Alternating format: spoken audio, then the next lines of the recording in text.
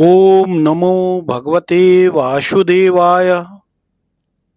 क्या ब्रह्मा का एक दिन हजारों युग के बराबर होता है? क्या आपने सोचा है कि ब्रह्मांड का समय हमारे समय से कितना अलग है? अगर आप भी इन विशेष प्रश्नों के उत्तर जानने में रुचि रखते हैं, तो अगला कुछ क्षण आप ही के लिए है। यह ज्ञान भगवान श्री कृष्ण जी ने कुरुक्षेत्र के युद्ध भूमि में अर्जुन को ये समझाने के लिए बताया कि ब्रह्मांड का समय चक्र अत्यंत विशाल और हमारी कल्पना से परे है। इन प्रश्नों का उत्तर श्रीमद् भगवत गीता के अध्याय 8 श्लोक संख्या 17 में संकलित है। तो सर्वप्रथम उस विशेष श्लोक को स्मरण करते हैं। देखते हैं श्री भगवान ने क्या कहा।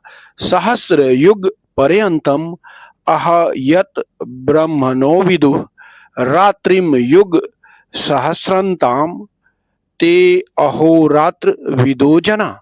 अतः अब इस विशेष श्लोक को समझने की बारी है और इस विश्लेषण के माध्यम से उन विशेष प्रश्नों के उत्तर जानने का समय आ गया है।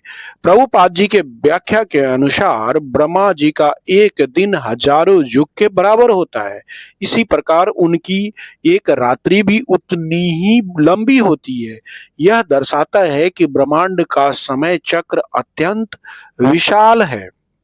संक्षेप में अगर देखें तो कलयुग 4,32,000 साल का, द्वापर 8,64,000 का, त्रेता युग 12,96,000 का, सतयुग 17,28,000 का, एक चतुर्युग जो है जिसमें चारों युग होता है वो 43,20,000 का, 71 चतुर्युग मिलके एक मनवंतर बनता है जो 30,67,20,000 के बराबर होता है।